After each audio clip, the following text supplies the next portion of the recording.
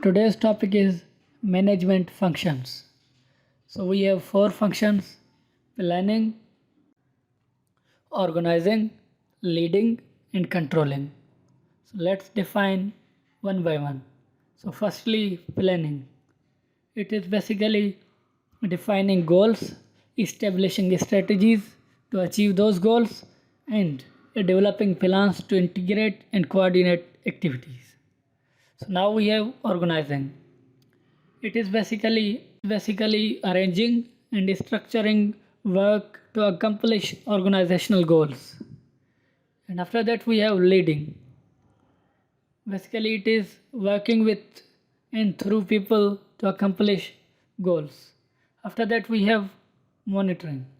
It is basically monitoring, comparing and correcting the work.